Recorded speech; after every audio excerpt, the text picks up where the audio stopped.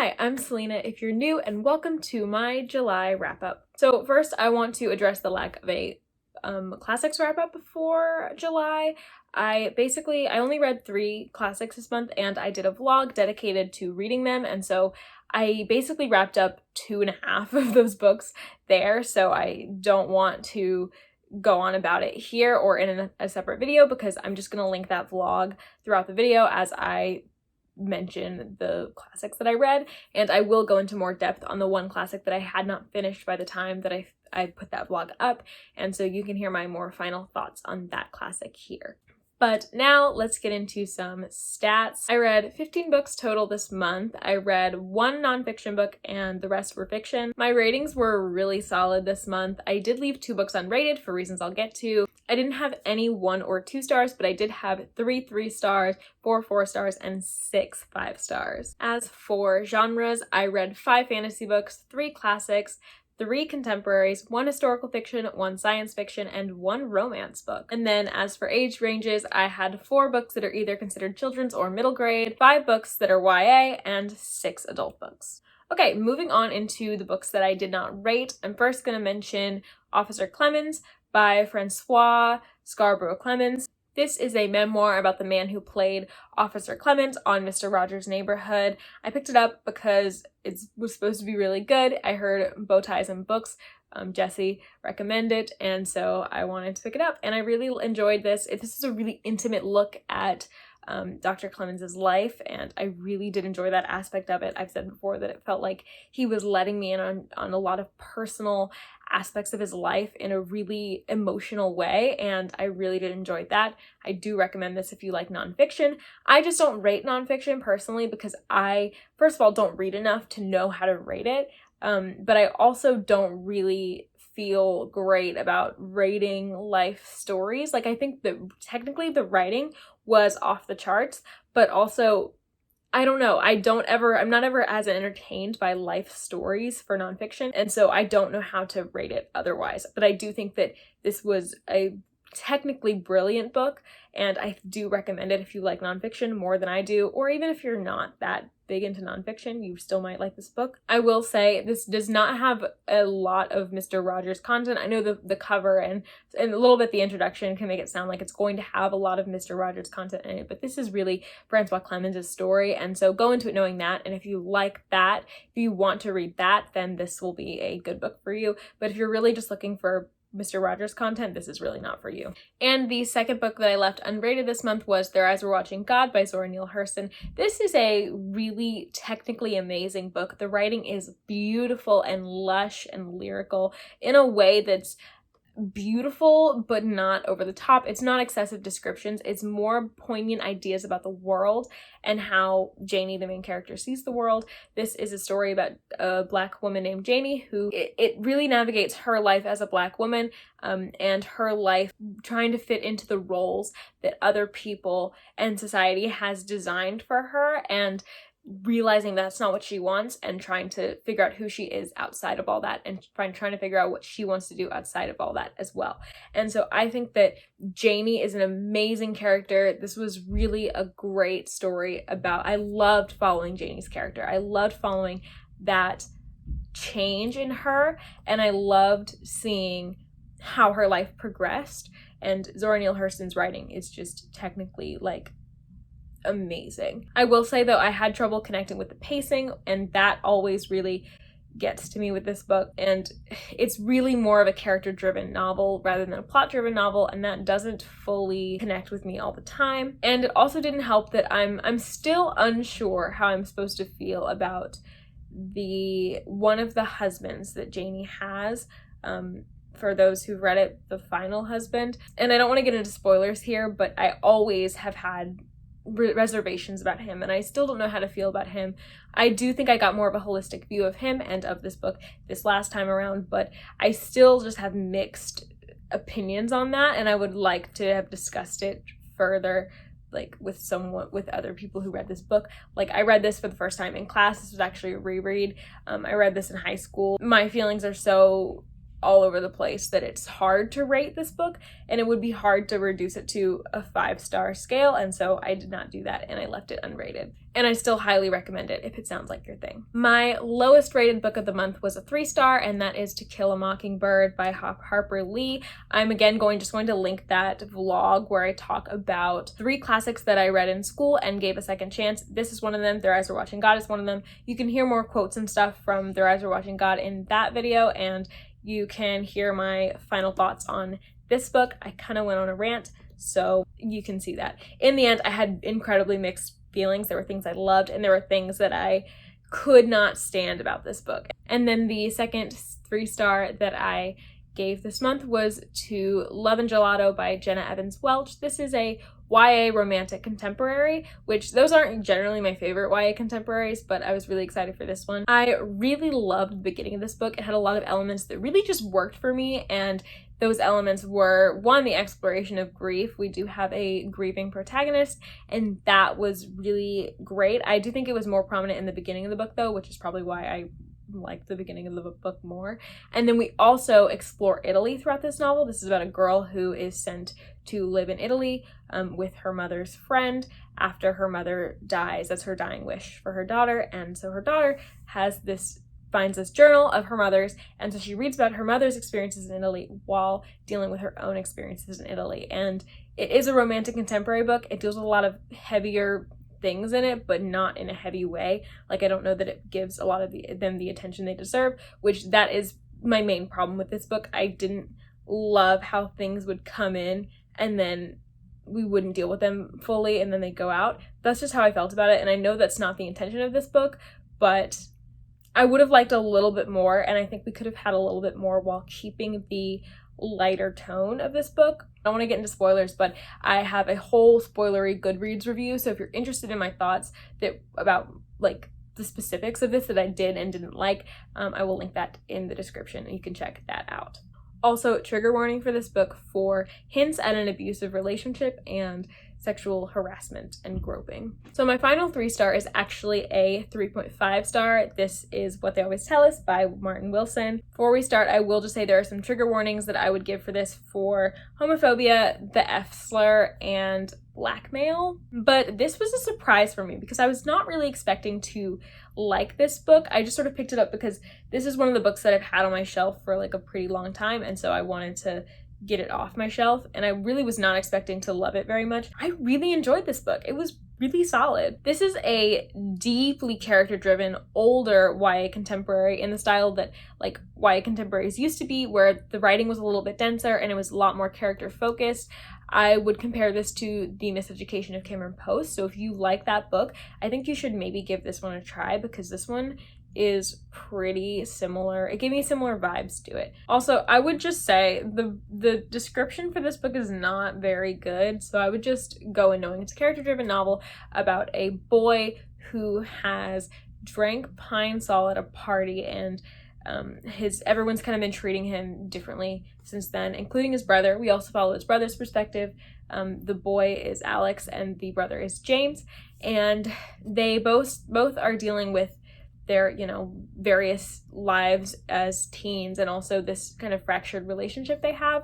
And Alex is also dealing with his identity. This book does have its flaws. There's a little bit of like some clunky like sexism in the boys' minds, especially James. It's meant to read like teenage boys casual sexism, and it did read like that, but I do think it was just kind of inserted in places where it was like not fully necessary. And then this is an older book, and so the representation of queer people is not fully up to date, and so if you are up to date on the community like myself, then this could read a little bit not fully current to you. It was published like 16 years ago or something, so I can kind of see where it gets that, but just it's good to go in knowing about that. And if you want to know more details about that, I will also link my Goodreads review for this book down below in the description. Moving into my 4-star books, the first is The Catcher in the Rye. I went on about this book at length in that classics. I read classics that I read in school video. I will link that in the cards. You can click on the I and find it. I really enjoyed this a lot more than I did when I read it in school. The second 4-star was Get a Life, Chloe Brown by Talia Hibbert. This is the adult romance book. I do not read romance very often, but everyone's talking about this one, so I picked it up. This is an adult romance about Chloe Brown, who is chronically ill, and she has a near-death experience and realizes that hasn't lived a life that other people would deem fulfilling, and that kind of gets to her, and so she wants to try and change that, and that brings her into contact with Redford Morgan, who is great. He is the landlord of her building, super of her building, something, I don't know, but they strike up a friendship and he helps her do the things she wants to do. This was so fun, but it also had such great characters. I would say that the biggest strength of this book is how well you know these characters. Like, you know a lot about these characters. You know these characters very well by the time you finish this book. The amount of care and detail Talia Hibbert put to these characters is really admirable, and I highly recommend it if you're interested in character and seeing two characters that you really know really well fall in love. There is a heavy focus on trauma and working through it in a healthy manner in a new relationship. That was really good to see. We also deal with abuse of men in relationships, which was really interesting. I've never read a book where we have an abuse survivor who is also a man, and that was a really great story to read.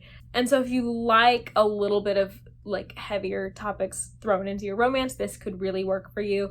But also, this book has a really funny British sense of humor, and so it balances itself out really well. This is also a super slow burn, so if you're not really interested in slow burn, then like I wouldn't check this out, but if you are, then this is done really well. The main flaw that I found in this book for me, and this is totally a preference thing, is that I didn't love the pacing towards the end. I thought that the ending was a little bit dragged out, and it just didn't fully work for me. It took a while. I was ready to be done, and it just took a while to get there, and I thought that some of the things that happened were a little bit unnecessary.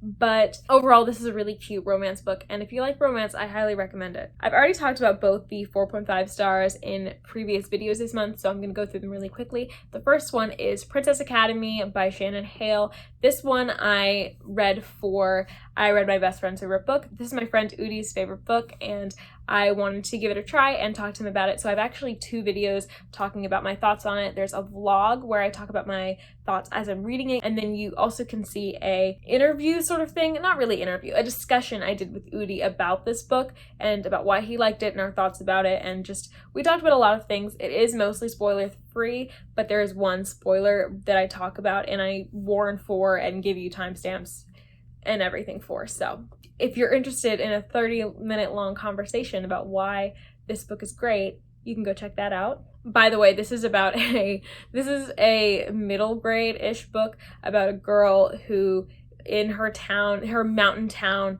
is predicted to have the next princess that the prince is going to marry, and she's going to become the princess. And so Miri, our main character, and all the other girls between a certain age in the town are brought into the Princess Academy to train so that they could all be fit to be princess, for the prince to choose which one he thinks would make the best wife. And then the second 4.5 stars was Winter by Marissa Meyer. I also already made a video about this. I did a book talk talking about the entire Lunar Chronicles in long spoilery detail, and so I will link that up in the cards if you want to check out my spoilery thoughts for all these books. I also have timestamps, and I don't spoil for books that come after the books that I'm talking about, so you can watch part of the video, you can watch all the video. But for non-spoiler thoughts, I was mostly happy with this conclusion. I do think the pacing, I did struggle with the pacing for a little bit in the 3/4, 2/3-ish mark, but it picked up at the end, and I do think that Marissa Meyer over-ended this book, and I was, again, ready for it to be done a little bit quicker. And I was overall happy with the ending, even though, like, it did some things that I wasn't fully... I would have liked things to have been done a different way, even though I did like where we ended up. Okay, so now into my 5 stars, of which I have 6. Yes, 6. and 3 are rereads. I'm going to talk about those really quickly. I reread the first 3 of the Percy Jackson and the Olympian series. I reread Lightning Thief, Sea of Monsters, and The Titan's Curse. This is the series that got me into reading. The Lightning Thief is the first book that I ever loved as a kid, and I loved my reread of this series so much, or the part of the series that I've read so far. I was obsessed with The Lightning Thief as a 10-year-old, and I would obsessively read this book like out loud to myself when I got home from school, like over and over. I would just start back over and I would read my favorite parts and I would pretend to be Annabeth. I was a nerd. I feel like I never forget anything from this book, and so I feel like as I was reading this, I was reliving so much nostalgia and reliving my 10-year-old self, and I knew so many lines and I just knew things would happen, but I had also like not remembered them at the moment, and so there were some nice surprises.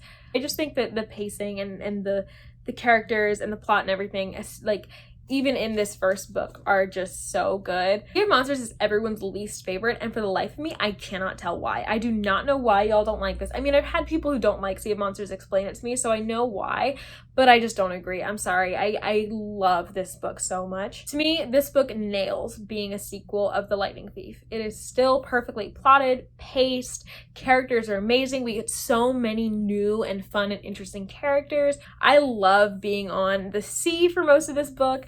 I love how much this feels like the Odyssey at times, or like a retelling of the Odyssey. I just like how it can be light and fun and also have emotional moments and also hint at something coming down the road. I really enjoyed the sequel. And then The Titan's Curse. This book was always my favorite as a kid. The third one was my favorite of this series. I loved it so much, and upon reread, I think it still might be. We will see. I have to read book 4 and book 5, but I don't know how they will top this because I love it. You can check my Goodreads for an intense spoilery discussion about why I love this book and all the reasons why I think this is the best book in the series, at least right now. But it comes down to it in a non-spoilery way to the crew that is formed in this book, the main questing crew that we follow.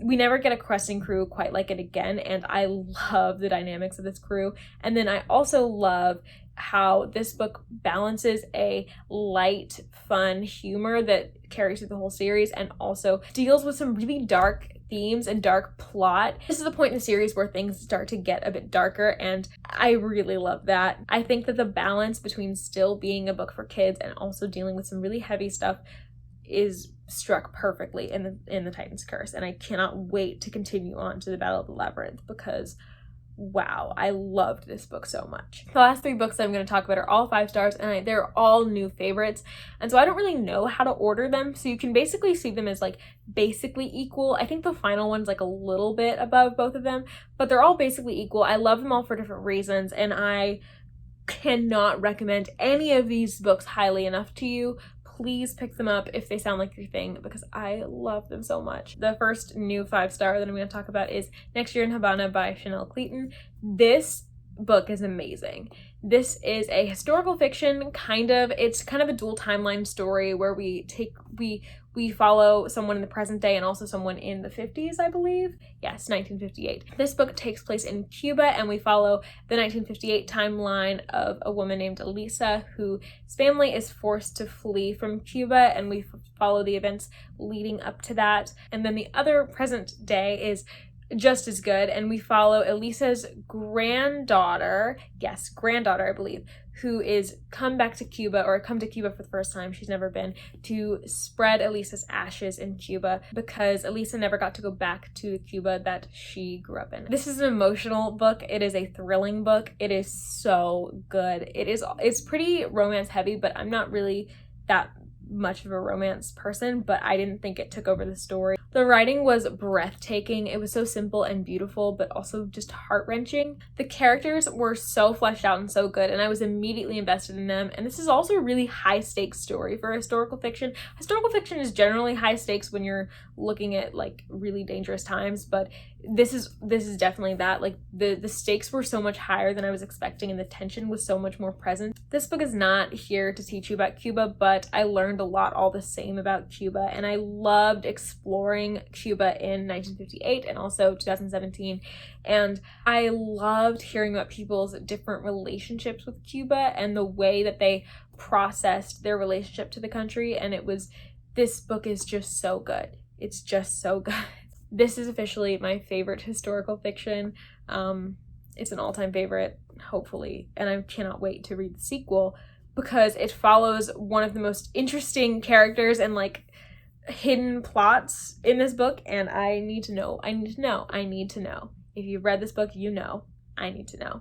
Also, Liv from Stories for Coffee loves this book. It's one of her favorites, and so I will link her in the description if you're looking for Own Voices reviewers. The next 5-star is Girl Made of Stars by Ashley Herring Blake. This is definitely one of my new favorite YA contemporaries. This is a book about a girl named Mara whose twin brother is accused of rape by his girlfriend. And this is really hard for Mara, obviously, because her name is Mara, right? Yes, Mara, and her brother's name is Owen. So Owen is accused of rape by his girlfriend, and Mara is distraught by hearing this about her brother, and she doesn't know how to process this, especially because things in her past make this very a triggering situation for her.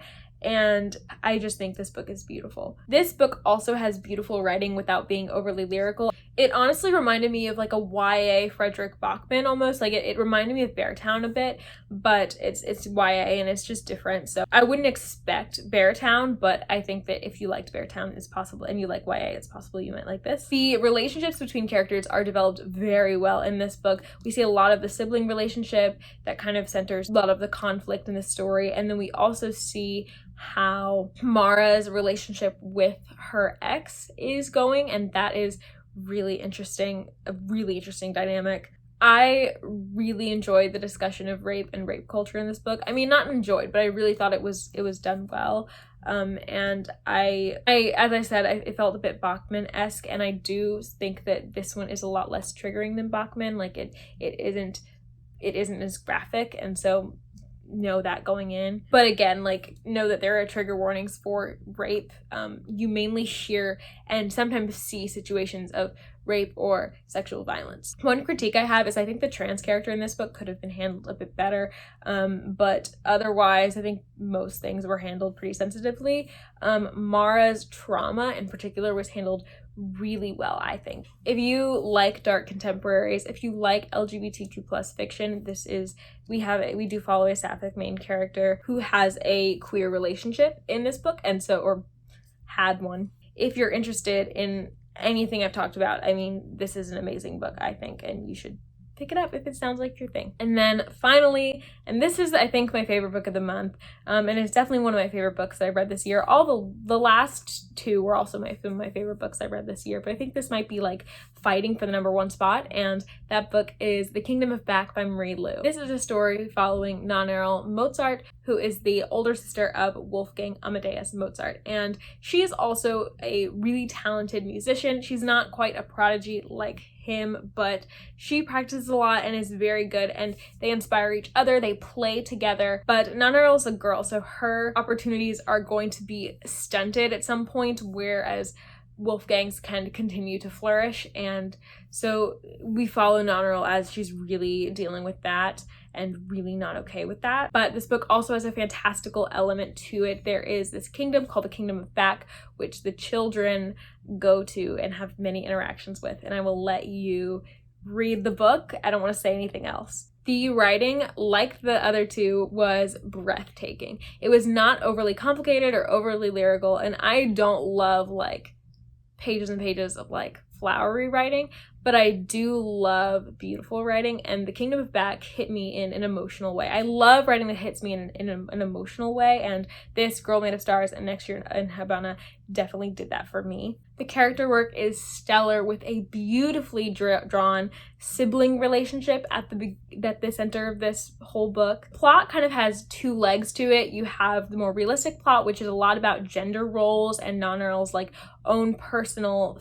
feelings on her life and her personal anger and her anguishes, and that was a really, I mean, it was a great plot, but then that also interweaves with the fantastical leg of the plot, and that is dark and creepier than I was expecting, and very fairy tale-esque, but like dark fairy tale-esque, like Little Mermaid or like Peter Pan or something. It reminded me of both of those fairy tales, by the way. And so if you like dark fantasy like Neil Gaiman, or if you like fairy tales, I can't recommend this book enough. It felt like it was perfect for me because these are all things I love, and so if you love them too, you should pick this up. Thank you for watching my July wrap-up. Let me know whether you've read any of these books and loved any of these books.